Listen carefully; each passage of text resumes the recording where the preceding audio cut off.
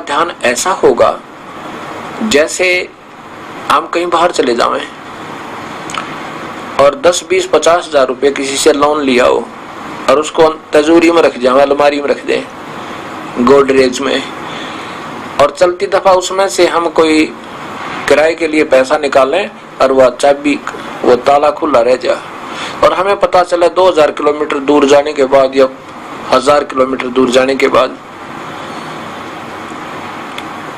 और वहां किसी कार्यवश हम गए और वापस आना है।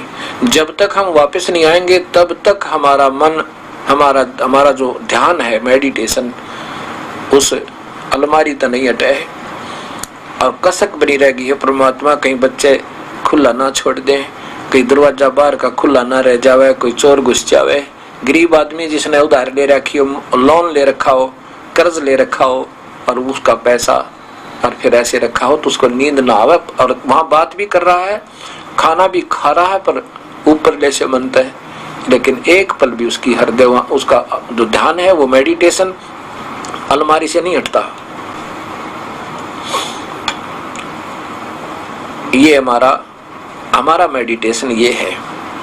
इसको सहज समाधि कहते हैं। जैसे गरीबदास जी वाणी लिखवा रहे हैं और कह रहे हैं कि 80 अरब कोस समाध मार्ग से बातें कहूं, बोल रहे हैं, सब देख रहे हैं और वहां भी देख रहे हैं, मेडिटेशन तक ध्यान भी लगा रहे हैं और कह रहे हैं कि ये जो मैं बोल रहा हूं ये बातें यहाँ की नहीं है। 80 अरब कोस, एक कोस 3.5 किलोमीटर का समझो। अब देख लो इसके किलोमीटर कितने बढ़ेंगे, मतलब अरब खरब, 3 खरब के करीब, 3.5 खरब किलोमीटर दूर तक वहां देख रहा हूं और यहां लिखवा रहा हूं। ये हमारी मेडिटेशन है और ध्यान है और इसको दिव्य दृष्टि कहते हैं। ये नाम के प्रताप से बनती है।